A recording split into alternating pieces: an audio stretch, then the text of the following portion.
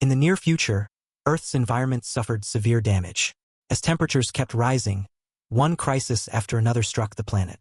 Even bacteria released from melting polar ice are havoc on marine life, devastating fish populations. Most countries were teetering on the brink of collapse. Amid this chaos, Thailand was entirely controlled by a warlord named Johnny. His wife was afflicted with a strange illness and depended on regular blood transfusions just to survive. One day, Johnny heard a rumor that fresh fish liver could improve his wife's condition. Determined to try anything that might help, he invested heavily to establish a supply chain for live deep-sea fish. Fish had become an extremely rare commodity, so rare that even the poorest people risked their lives for just a fish head. Since it seemed wasteful for his wife to consume only the liver, Johnny ordered his deputy to also develop a domestic market for fresh sashimi. When the first batch of live deep-sea fish arrived, the deputy invited prominent elites from various sectors to a tasting event. In front of everyone, they sampled slices of raw fish. Then, suddenly, his body began to convulse violently, and black blood poured from his mouth. His subordinates rushed him to the hospital for emergency treatment. But before surgery could even begin, his vital signs completely vanished. An X-ray revealed that his blood vessels were filled with strange foreign substances. Shortly after the doctors declared him dead, the deputy's body unexpectedly came back to life without any warning. Dr. Ren, the attending physician, was discussing this bizarre case with the hospital director when two nurses burst in, desperately fleeing from the reanimated deputy. To everyone's horror, the nurse who had been bitten transformed within minutes into a bloodthirsty monster, attacking her fleeing colleagues. Chaos quickly engulfed the entire hospital, hiding quietly in the storeroom. Dr. Rin crouched beside an injured patient when she cautiously moved toward the door to seek a way out. She suddenly noticed the patient was gone. A wave of dread washed over her as she looked around, only to see the patient had turned into a zombie. Fortunately, there were several rows of shelves between them, allowing Run to slip away down the aisle. Faintly, she thought she heard her boyfriend calling her name. Gathering her courage and steadying her nerves, she realized the voice wasn't a hallucination. It was coming from the radio communicator. To her surprise, her boyfriend had come to the hospital to rescue her. As fate would have it, Ren's boyfriend, Mark, had once been a renowned boxer.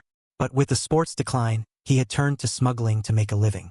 The deep-sea fish that caused the catastrophe were precisely the ones Mark and his partners had smuggled into the country. One day, while waiting for Ren to finish work at home, Mark heard an emergency broadcast on the radio. The hospital where Ren worked had been placed under quarantine. Alarmed, Mark rushed to the scene only to find soldiers setting up a tight perimeter, forbidding anyone from entering the hospital. The confused and worried public gathered nearby.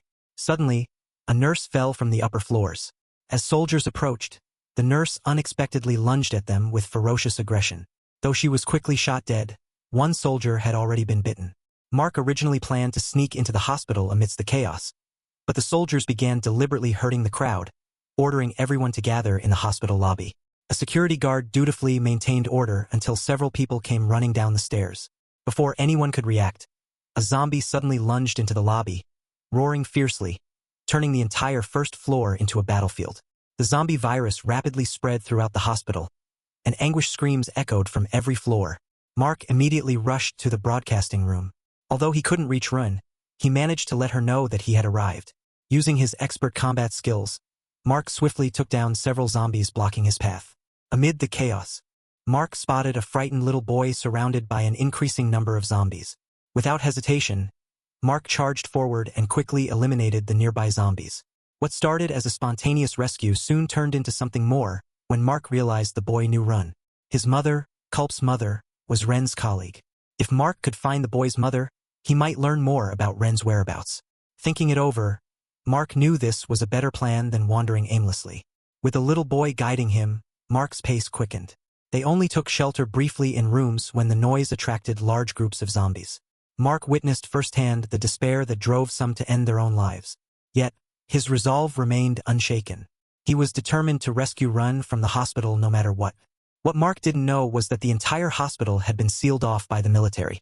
Anyone trying to escape, infected or not, faced instant execution by gunfire.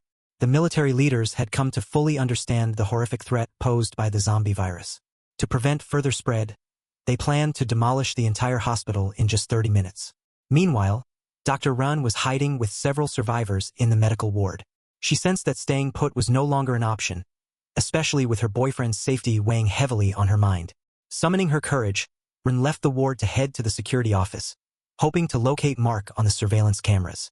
After narrowly snatching a key from a zombie, she quickly unlocked the security room door, but despair washed over her when she saw the hallways completely jammed with zombies. There was no sign of Mark anywhere. As she frantically flipped through camera feeds, she spotted a surprising figure in the intensive care unit. Rin didn't hesitate and sprinted toward the door only to find Johnny, the military warlord, standing there. This was his wife's private isolation ward, a place under the strictest quarantine in the hospital. Being quick-witted, Ren immediately realized this was probably the safest spot within the entire building. She asked Johnny what their next move was. Surely they couldn't just hide here forever. Johnny glanced at his watch and confidently said, "We don't have to do anything. Someone will come to rescue us when the time is right." In fact, Johnny's confidence wasn't unfounded. When the military leaders learned that Johnny was trapped inside the hospital, they immediately assembled their elite special forces unit. Their mission was clear. No matter the cost, they would extract Johnny and his wife alive. Before long, a fully armed soldier stealthily infiltrated the hospital. Meanwhile, the number of zombies inside the hospital was steadily increasing. Mark had learned his lesson. Instead of trying to force his way through the stairwell, he and Culp climbed an external scaffolding.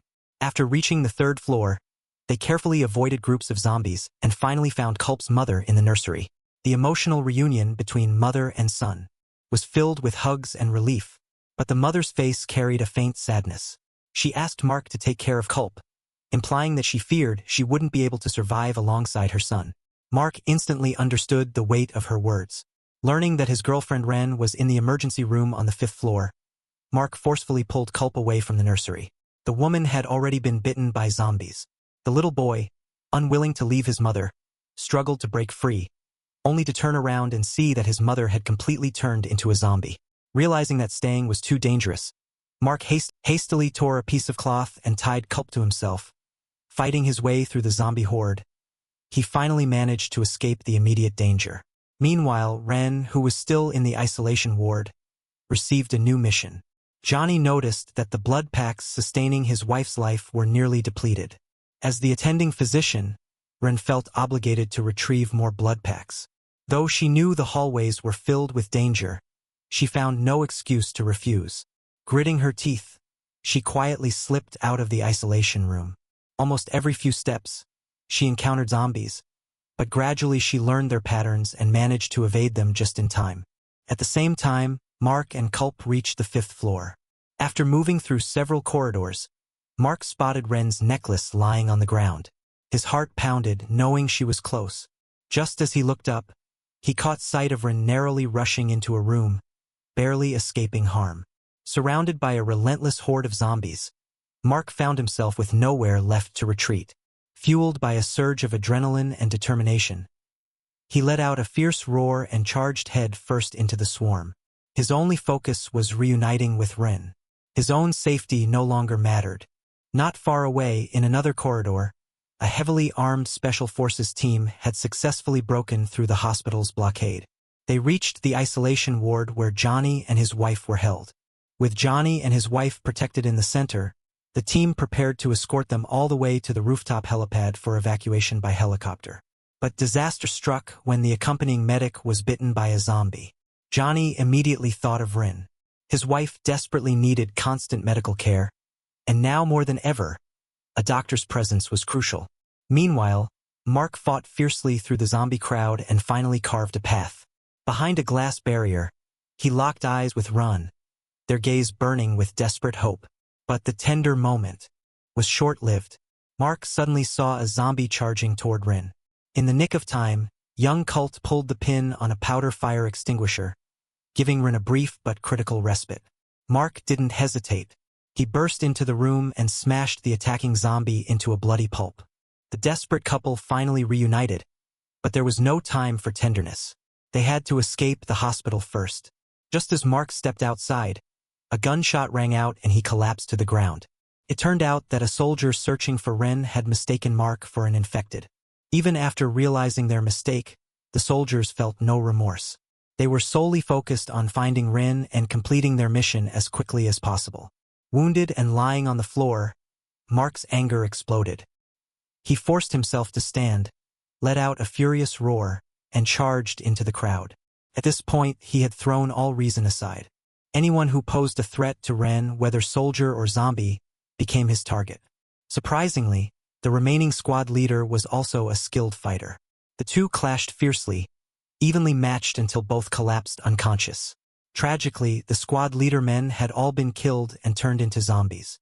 Meanwhile, Mark, cared for by his medic girlfriend, quickly tended to his wounds and regained consciousness.